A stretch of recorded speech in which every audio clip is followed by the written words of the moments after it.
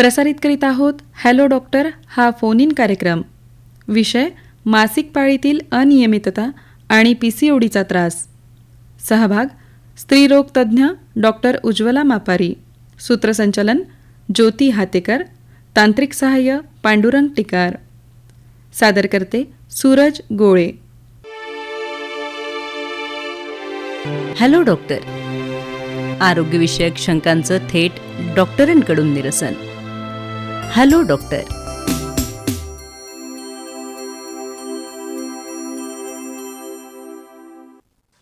या कार्यक्रमाला प्रायोजकत्व लाभलं आहे उज्ज्वनील फाउंडेशन अकोला यांचं. गजानन हॉस्पिटल, सर्जिकल आणि मॅटर्निटी नर्सिंग होम, LRT कॉलेजजवळ अकोला. उपलब्ध सुविधा: सर्व प्रकारच्या लेप्रोस्कोपिक सर्जरी, पिंटाक्यांच्या शस्त्रक्रिया, साध्या आणि फुटलेल्या अपेंडिक्सवरती उपचार, फुटलेल्या अल्सरवरती उपचार, हर्निया, आतड्यांचे कॅन्सर, कुत्र्यांच्या लाळीपासून होणाऱ्या गाठींवर उपचार, मूळ व्याधीचे स्टॅपलरद्वारे शस्त्रक्रिया, गर्भाशयाची थैली, प्रोस्टेट ग्रंथी आणि मुतखड्यावर दुर्बीणद्वारे शस्त्रक्रिया, व्हिडिओ गॅस्ट्रोस्कोपी आणि कोलोनोस्कोपी, जनरल सर्जरी, प्रसूती आणि स्त्रीरोग चिकित्सा, कुटुंब नियोजन, शासनमान्य गर्भपात केंद्र, x-ray, 4D sonography, colour Doppler आणि स्वतंत्र पॅथॉलॉजी विभाग. अत्यावश्यक सेवेसाठी 8668555317 या मोबाईल क्रमांकावरती आपण संपर्क साधू शकता. श्रोते हो, नमस्कार. हॅलो डॉक्टर या फोन इन कार्यक्रमामध्ये मी ज्योती हातेकर आपणा सर्वांचं स्वागत करते आहे. आज आपण मासिक पाळीतील अनियमितता आणि PCODचा होणारा त्रास या विषयावरती बोलणार आहोत. तुमच्या प्रश्नांना, शंकांना उत्तरं देण्यासाठी आज आपल्या आकाशवाणी अकोला केंद्राच्या स्टुडिओमध्ये स्त्री रोगतज्ञ डॉक्टर उज्ज्वला मापारी उपस्थित आहेत. नमस्कार डॉक्टर. नमस्कार. आपण फोन कॉल घेऊया. ओके, ठीक आहे. हा, नमस्कार मॅडम. नमस्कार. स्वागत आहे आपलं हॅलो डॉक्टर या फोन इन कार्यक्रमामध्ये. मी मंगरुळपीर वाशीवरून गोपाल युवराळे बोलतो आहे. हा, युवराळे भाऊ, तुमचा प्रश्न विचारा. डॉक्टर उज्ज्वला मापारी आपल्या आकाशवाणी अकोला केंद्राच्या स्टुडिओमध्ये आहेत. नमस्कार उज्ज्वला मॅडम. नमस्कार. नमस्कार. तुम्हाला विज्ञान दिनाच्या, होळीच्या आणि रंगपंचमीच्या हार्दिक शुभेच्छा. आमच्याकडनं पण तुम्हाला भरपूर शुभेच्छा. मॅडम, आजचा आपला विषय आहे मासिक पाळीतील अनियमितता. होय.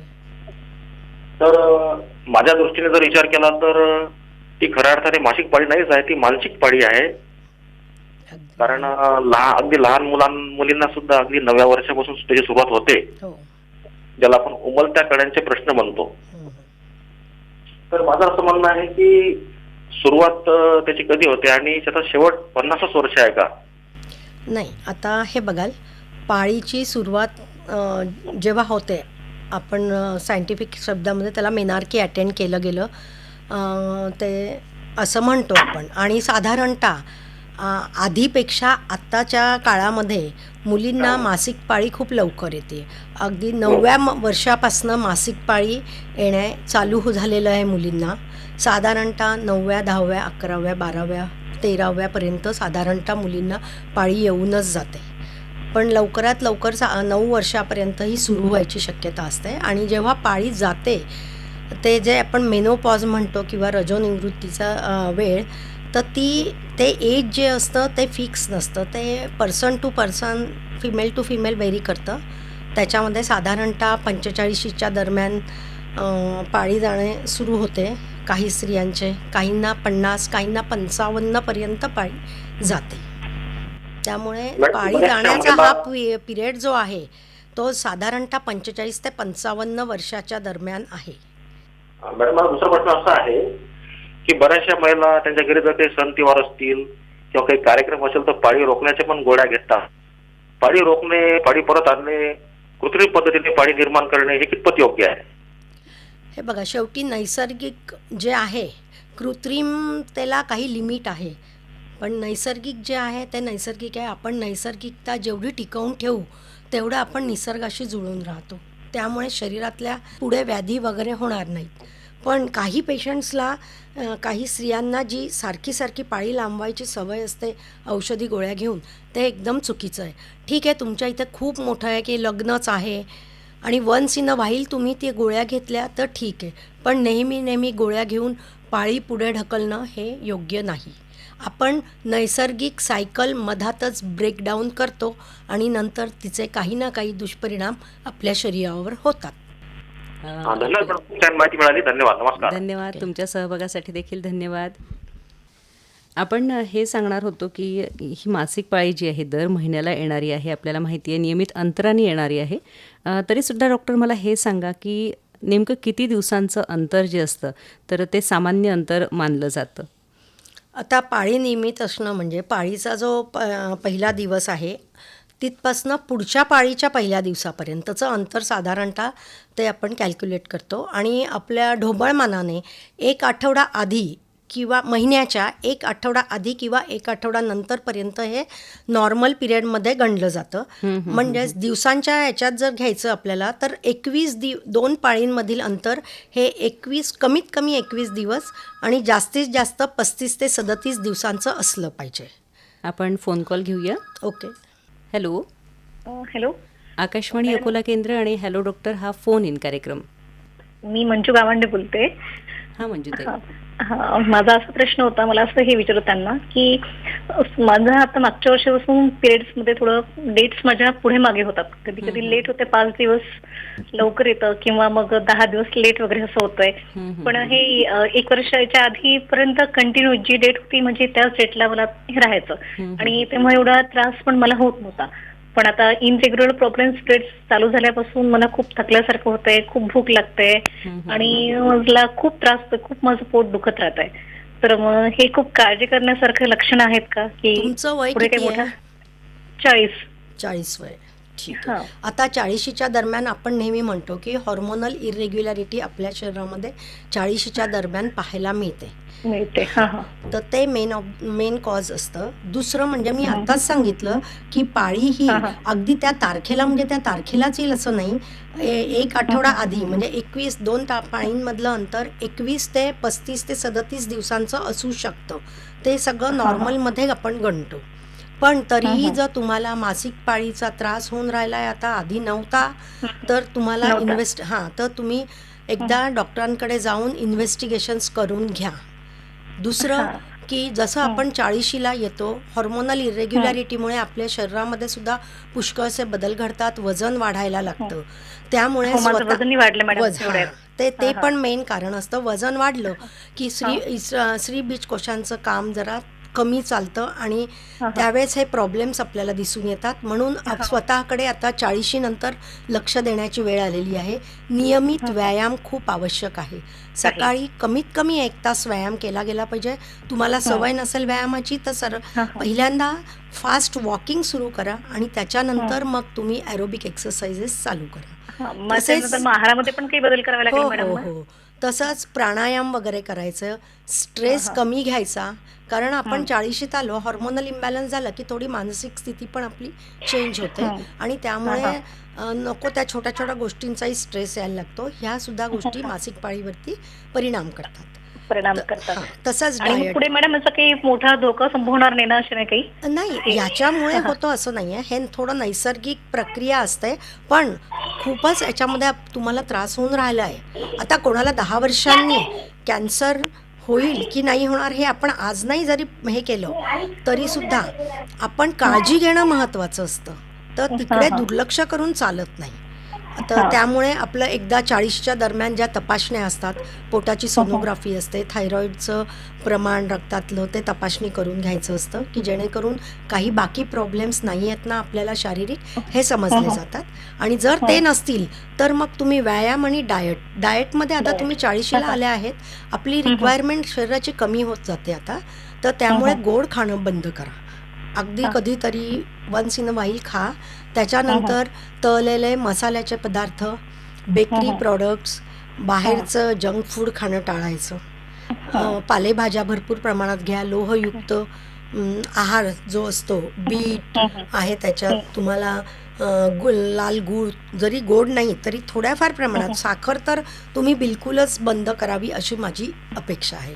जर तुम्हाला हा आता वजन वाढायला लागलेलं आहे तर साखर मेनली बंद करा तुम्ही. बंद करावं लागेल. ठीक आहे. आणि मग तुम्ही जास्त तंतुमय पदार्थ सॅलड जास्त आधी सॅलड खाऊन घ्यायचं मग जेवायचं, म्हणजे अर्धी पोळी सकाळची अर्धी पोळी संध्याकाळची तुमची कमी होईल आणि वेट वाढणं रोखलं जाईल तुमचं. हं, हं. म्हणजे ताई मला असं वाटतं तुम्हाला सविस्तर उत्तर मिळालेलं आहे. हो हो तुमच्या ठीक आहे, सहभागासाठी धन्यवाद. थँक्यू. धन्यवाद. हॅलो. हा मॅडम, मी संजीवनी हरमकर बोलते. हां संजीवनी ताई, विचारा तुमचा प्रश्न. हा मॅडम, मी 35 वर्षाची आहे. मला 2 मुलं आहेत. हं, हं, हं. आणि माझं म्हणजे पाळीची प्रॉब्लेम असा आहे की मला 8 ते 10 दिवस पाळी लवकर येते. बरं बरं डॉक्टर, आपण यांना आणि- काय सांगू? आणि हां हां तोपर्यंत विचारा विचारा विचारा. पहिला मुलगा झाला तेव्हापर्यंत व्यवस्थित होतो. जेव्हापासून दुसरा मुलगा झाला तेव्हापासून हे 8 दिवस 10 दिवस आधी येत आहे आणि 1 ते 2च दिवस अंगावर जाते फक्त. तुम्हाला असं काही जाणवलंय का की पहिली डिलेव्हरी झाल्यानंतर तुमचं वजन एकदम वाढलंय? हो, वाढलं होतं मॅडम. हां, वजन वाढलं तर थोडंसं वजनाकडे लक्ष द्या. रेग्युलर मी आधी पहिल्याही पेशंटला तेच सांगितलं की व्यायाम महत्त्वाचा आहे आणि जेवणावरती कंट्रोल. आता तुम्ही म्हणता 8 दिवस आधी येते पाळी, तर काही हरकत नाही. आपल्याला 21 दिवसांपासून तर साधारणतः 35 ते 37 दिवसांपर्यंत अंतर अपेक्षित असतं. पण ह्याच्यापेक्षा जर जास्त अंतर असेल तर मग मात्र तुम्ही निश्चितच डॉक्टरांचा सल्ला घेणं आवश्यक राहील. तुमच्या तपासण्या होतील, सोनोग्राफी होईल, रक्ताची तपासणी होईल. जर त्याच्यात काही निघालं तर त्यानुसार तुम्हाला औषधी दिली जातील आणि जर काही नाही निघालं तर तुम्ही मात्र स्वतःची जीवनशैली बदला. मग तुम्ही बघा की आपण कुठे काय चुकतं आहे आपलं. खाण्यापिण्याच्या सवयी, गोड नाही खायचं आहे, तेलकट मसाला, मी आताही तेच सांगितलं आहे की ह्या गोष्टी स्ट्रिक्टली टाळायच्या. दुसरं, गप्पा मारत अर्धी पोळी जास्त नाही खायची. पोळी वाढूनच घ्या आणि तेवढी म्हणजे तेवढीच खायची. तुम्ही जर जेवणामध्ये आपलं सूत्रबद्धता ठेवली नाही तर नक्कीच वजन वाढेल तुमचं आणि परत हा प्रॉब्लेम पुढे अजून जास्त बिकट होईल. त्यामुळे आत्ताच वजन कमी करा. जास्त वजन मॅडम, माझं वाढल्यानंतर वजन- वजन वाढलेलं नाही, म्हणजे मी 52 kg आहे माझं वजन. ओके, आणि रेग्युलर मी मॉर्निंग वॉक एक्सरसाइज रोज म्हणजे करतेच. करतायत. रोज. बरं. मग एक काम करायचं, मग आपण तपासण्या करून घेऊ. जर तपासणीमध्ये तसं काही आढळलं तर ते पाहता येतं आपल्याला. कारण तुम्ही म्हणाल्या होत्या पहिल्या डिलेव्हरीनंतर वेट चांगलंच वाढलं होतं, तर तेव्हा त्या ओव्हरीजमध्ये आपण PCOD म्हणतो, पॉलिसिस्टिक ओव्हरीज, तशा झालेल्या आहेत का तुमच्या ओव्हरीज वगैरे, ते पाहावं लागेल आणि त्या हिशोबाने मग पुढे तुम्हाला ट्रीटमेंट दिली जाईल. बरं.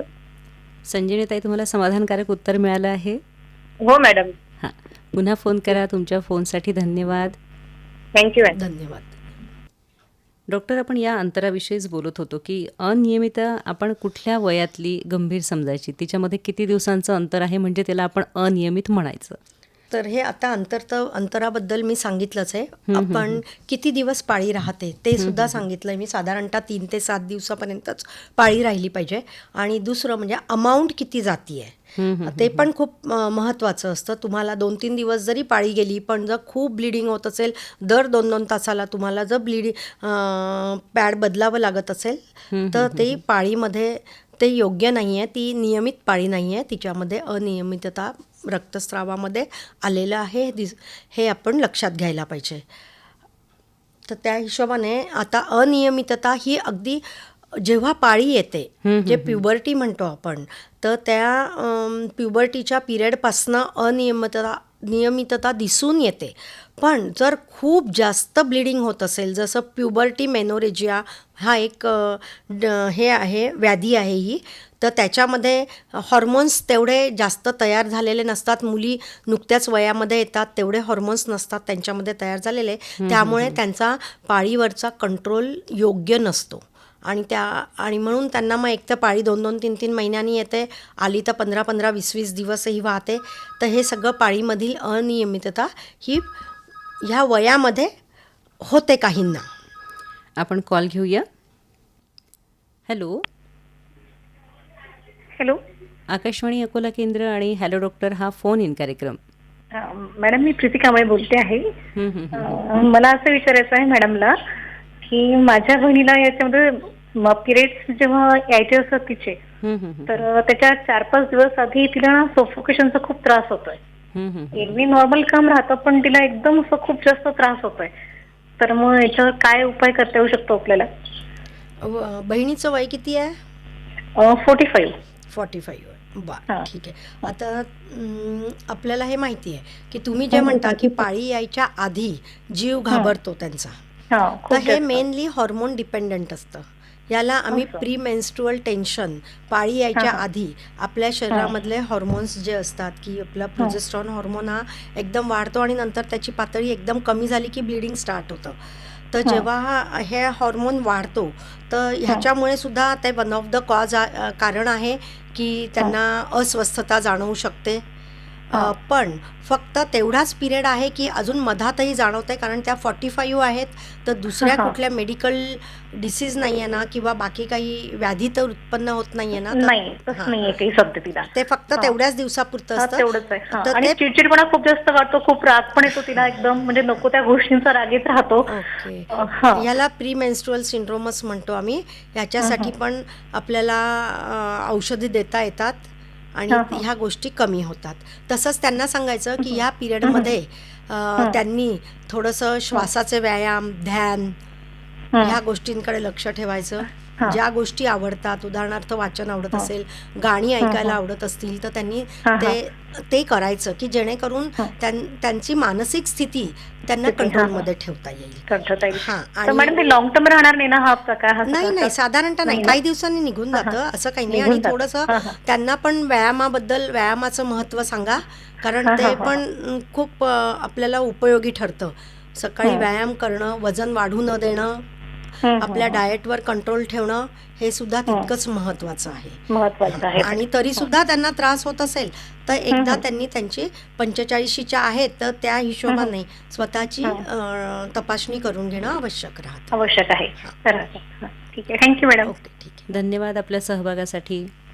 हॅलो, नमस्कार. नमस्कार. मी संध्या तायडे बोलतीये. हां हां, संध्याताई बोला. मला असं विचारायचं होतं डॉक्टरांना की आपण जसं आपली रोजची लाईफस्टाईल आहे आणि PCOD आहे, जे काही आता चाललं आहे, तर ह्याचा काही संबंध आहे का? डॉक्टर, आपण काय सांगू यांना? म्हणजे तुमचं काय म्हणणं आहे की तुम्हाला PCOD हा आजार आहे? हा, आणि तर मग जसं की आपण काम करतो, बसून काम करतो जास्त वेळ, समजा लॅपटॉपवर, तर मग त्यामुळे आपली तेवढी शारीरिक हालचाल होत नाही. तर ह्याचा काही संबंध आहे का? अगदी बरोबर आहे. PCODचं मूळ कारणच ओबेसिटी आहे किंवा बैठे लॅक ऑफ एक्सरसाइज. जे लोक ज्यांच्यामध्ये व्यायामाचा अभाव आहे, बैठी कामं ते जास्त करतात आणि खाण्यापिण्याचंही तुमचं कसं आहे की तुम्ही घरचंच खाता फूड, की तुम्ही म्हणता की मी लॅपटॉपवर बसते, मग आपल्याला वेळ नसतो, आपण ऑर्डर करतो आणि बाहेरून मागवतो बाहेरचं फास्ट फूड. हे सुद्धा योग्य नाही आहे. बैठ्या कामांमुळे शरीराला व्यायाम मिळत नाही. व्यायाम न मिळाल्यामुळे आपल्या शरीरामध्ये हवे तेवढे हॉर्मोन्स व्यवस्थित तयार होत नाही आणि हॉर्मोनल इरेग्युलॅरिटी येते. आणि ही गोष्ट आपल्याला PCODसाठी अजून कारणीभूत ठरते. त्यामुळे थोडंसं तुम्ही स्वतःकडे लक्ष द्या. तुम्ही जरी बैठे काम करत असाल तरी सकाळी 1 तास आणि संध्याकाळी पाऊण तास तुम्ही स्वतःच्या व्यायामाकडे लक्ष देणं आवश्यक आहे. आणि तुम्ही जर बैठं काम करत असाल तर तुम्ही जास्त तळलेलं, मसाल्याचे पदार्थ, गोड पदार्थ हे खाणं पूर्णपणे टाळा. बरं बरं. संध्याताई, आपल्याला समाधानकारक उत्तर मिळालं आहे? हो हो. आणखीन काय विचारायचंय? रोजच्या धावपळीमध्ये हे असं सगळं काही होत नाही मॅनेज करणं, तर आता ते करावं लागेल. नाही, आणि स्ट्रेस सुद्धा खूप महत्त्वाचा एक घटक आहे. तर स्ट्रेस रिडक्शन करणं सुद्धा हे आपल्याला करावंच लागतं. होणार नाही असं म्हणूच नका. आपण आजारी पडलो की आपण घरदार सोडून 5 दिवस हॉस्पिटलमध्ये ॲडमिट राहतो, वेळ काढतो, तसं तुम्हाला सकाळी रात्री लवकर झोपायचं. पुरेशी झोपसुद्धा खूप महत्त्वाची असते आपले हॉर्मोन्स रेग्युलर करण्यासाठी. पुरेशी झोप असली तर तुमची मानसिक स्थिती पण चांगली राहते आणि हा हॉर्मोनल इम्बॅलन्स कमी होतं, की जेणेकरून आपल्याला PCODला म्हणजे त्याच्यापासून आपल्याला दूर राहता येतं. Okay okay. संध्याताई, चालेल. तुमच्या सहभागासाठी धन्यवाद. धन्यवाद धन्यवाद. पण कॉल घेऊया. Okay. Hello, hello. Akashvani Akola केंद्र आणि हॅलो डॉक्टर हा फोन इन कार्यक्रम. हॅलो. हा, मी विजय पाटील बोलत आहे. हा बोला. हा, मला असं विचारायचं होतं की ऍज अ पार्टनर हा मी कशी हेल्प करू शकतो माझ्या पार्टनरला जिला PCOD डायग्नोस्ड आहे. ओके डॉक्टर, आपण काय सांगू?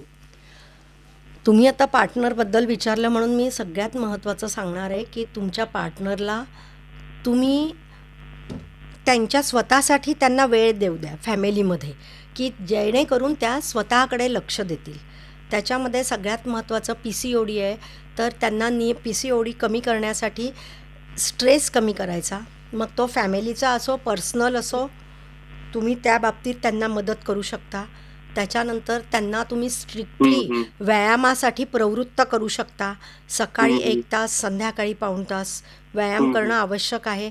त्यांना डायरेक्ट व्यायाम जमत नसेल, खूप जास्त वजन असेल, तर त्यांच्यासोबत तुम्ही फिरायला जा. कंपनी मिळाली म्हणजे ते लवकर तयार होतील त्या. आणि त्यांना मग तुम्ही थोडं मॉनिटरिंग करा त्यांचं चालणं, त्या ब्रिस्क वॉकिंग आहे की नाही आहे, की अगदी हळूच चालत आहेत. दुसरं म्हणजे की हे व्यायामाबद्दल घरी आल्यानंतर श्वासाचे व्यायाम, स्ट्रेस रिलीजिंग व्यायाम्स असतात ते करायला सांगायचं. त्याच्यानंतर सगळ्यात महत्त्वाचं डाएट घरामध्ये, कारण स्वयंपाकघरात त्या असतात. त्यांनी जर समजा भाज्यांमध्ये तेल जास्त वापरतायत त्या, किंवा आपले जे बेकरी प्रॉडक्ट्स तुमच्या जेवणामध्ये नेहमीच्या येत आहेत, तर अशा वेळेस ह्यापासून त्यांना प्रवृत्त करा. जास्त तेलकट मसाला बिलकुल वापरायला नाही सांगायचं त्यांना. गोड बंद करा घरातलं. तुम्ही स्वतः बंद केलं म्हणजे मग त्यांना शेवटी कसं असतं, प्रत्येक स्त्रीचं माझा नवरा नाही खात म्हणून मग मी नाही करणार, त्या स्वतः करतात नाही तर. पण तुम्ही जर नाही खाल्लं तर त्या पण नाही खाणार, हे असं मला वाटतं आहे. आणि त्यांच्या डाएटवरही तुम्ही थोडंसं इनडायरेक्टली का होईना पण लक्ष ठेवा. हां, तर हे खूप महत्त्वाचं आहे. आणि दुसरं म्हणजे की त्या झोपेचं, आम्ही म्हणतो की स्ट्रेस कमी करण्यासाठी आपल्याला पुरेशी झोप पाहिजे असते. तर पुरेशी झोप घेणं, त्यांना ॲडिक्वेट झोप आवश्यक आहे. त्यांना जे काही आवडतं घरामध्ये त्यांच्या आवडीनिवडी बघा.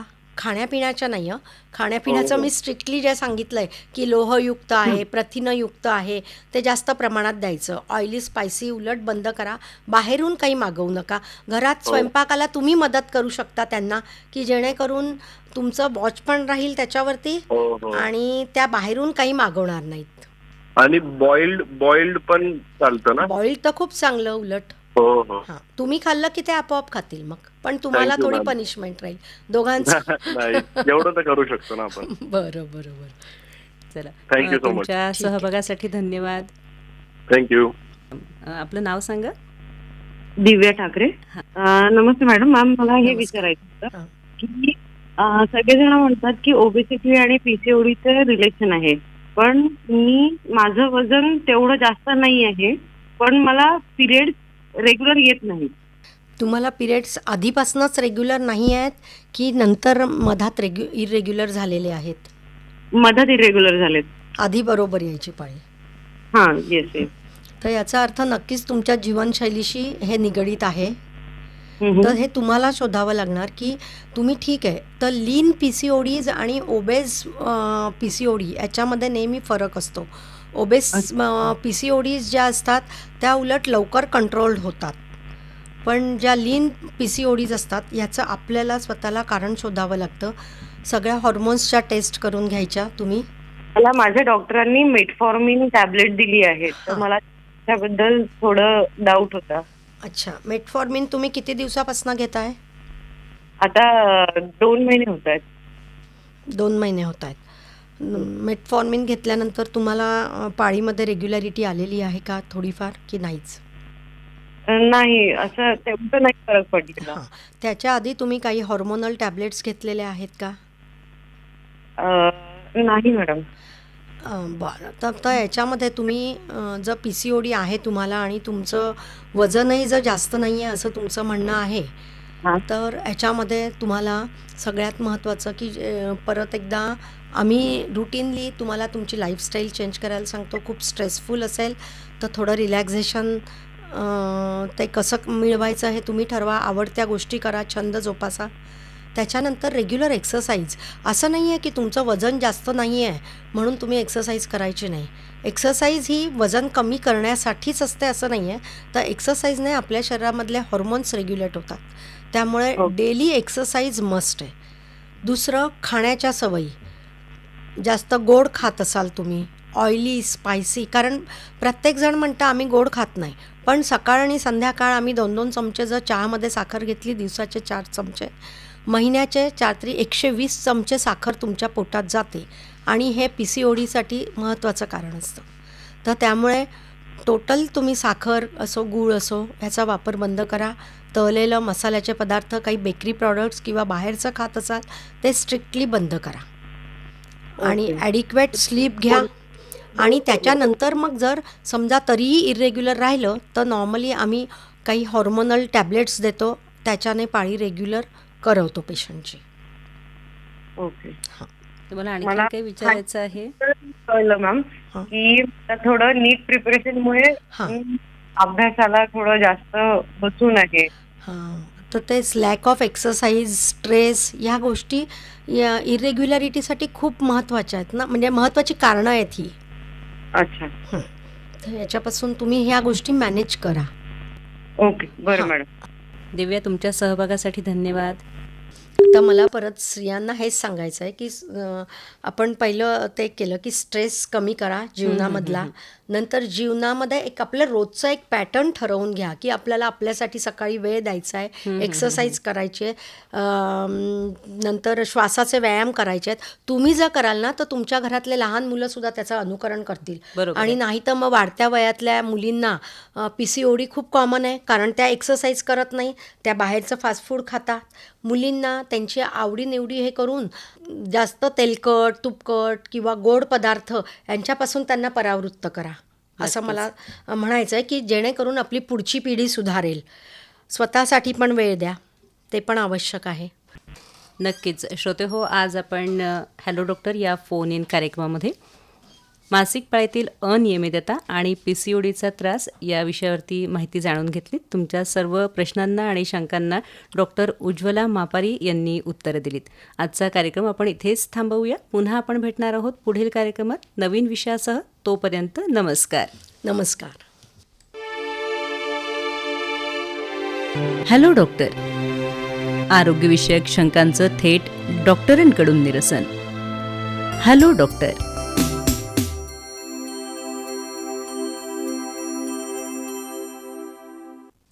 या कार्यक्रमाला प्रायोजकत्व लाभलं होतं उज्ज्वनील फाउंडेशन अकोला यांचं. गजानन हॉस्पिटल, सर्जिकल आणि maternity nursing home, LRT college जवळ अकोला. उपलब्ध सुविधा: सर्व प्रकारच्या लेप्रोस्कोपिक सर्जरी, पिंटाक्यांच्या शस्त्रक्रिया, साध्या आणि फुटलेल्या अपेंडिक्सवरती उपचार, फुटलेल्या अल्सरवरती उपचार, हर्निया, आतड्यांचे कॅन्सर, कुत्र्यांच्या लाळीपासून होणाऱ्या गाठींवर उपचार, मूळ व्याधीचे स्टॅपलरद्वारे शस्त्रक्रिया, गर्भाशयाची थैली, प्रोस्टेट ग्रंथी आणि मुतखड्यावर दुर्बीणद्वारे शस्त्रक्रिया, व्हिडिओ गॅस्ट्रोस्कोपी आणि कोलोनोस्कोपी, जनरल सर्जरी, प्रसूती आणि स्त्रीरोग चिकित्सा, कुटुंब नियोजन, शासनमान्य गर्भपात केंद्र, x-ray, 4D sonography, colour Doppler आणि स्वतंत्र पॅथॉलॉजी विभाग. अत्यावश्यक सेवेसाठी 8668555317 या मोबाईल क्रमांकावरती आपण संपर्क साधू शकता. आताच आपण हॅलो डॉक्टर हा फोन इन कार्यक्रम ऐकलात. विषय मासिक पाळीतील अनियमितता आणि PCODचा त्रास. सहभाग स्त्रीरोग तज्ज्ञ डॉक्टर उज्ज्वला मापारी. सूत्रसंचलन ज्योती हातेकर. तांत्रिक सहाय्य पांडुरंग टिकार. या कार्यक्रमाचे सादरकर्ते होते सूरज गोळे.